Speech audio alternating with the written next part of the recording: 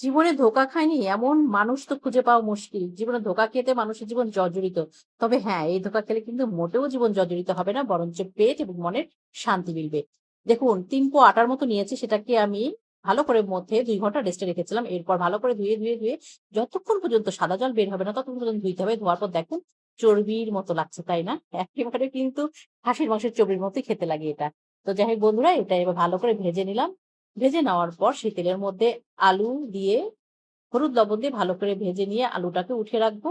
তারপরে সে কড়াইয়ে দিয়ে দিব খানিকটা ঘি।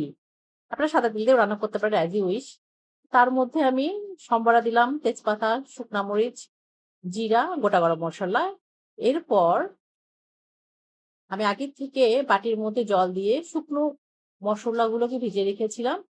এই যে জিরা, ধনিয়া, লঙ্কা গুঁড়ো, হলুদ সব মসলাগুলো দিয়ে ভালো করে কষলাম। এখানে কিন্তু কোন রকমের পেঁয়াজ, রসুন যায়নি। ঠিক আছে বন্ধুরা? এটা টোটালি নিরামিষ এবং আদা বাটা অবশ্যই দিয়েছি এর মধ্যে। মসলা কষানোর পর তার মধ্যে গরম জল ঢেলে দিব। দেওয়ার পর আলুগুলো দিয়ে যখন অনেকটা সেদ্ধ হয়ে যাবে আলুটা, তারপরে আমি ভেজে রাখা ধোঁকাগুলো এর মধ্যে দিয়ে দিব। তারপর এই যে কাসুরি মেথি কিছুটা দিয়ে দিলাম। আর বেটে রাখা কিছুটা গরম মসল্লা। ব্যাস। যেহেতু ঘি দিয়ে রান্না করেছি, তাই এক্সট্রা আর ঘি দিলাম না। যারা ঘি দিবেন না তারা চাইলে পরে ঘি দিতে পারেন। তো বন্ধুরা, আমার তৈরি হয়ে গেল কাশ্মীরি ধোঁকা। সবাইকে দেখার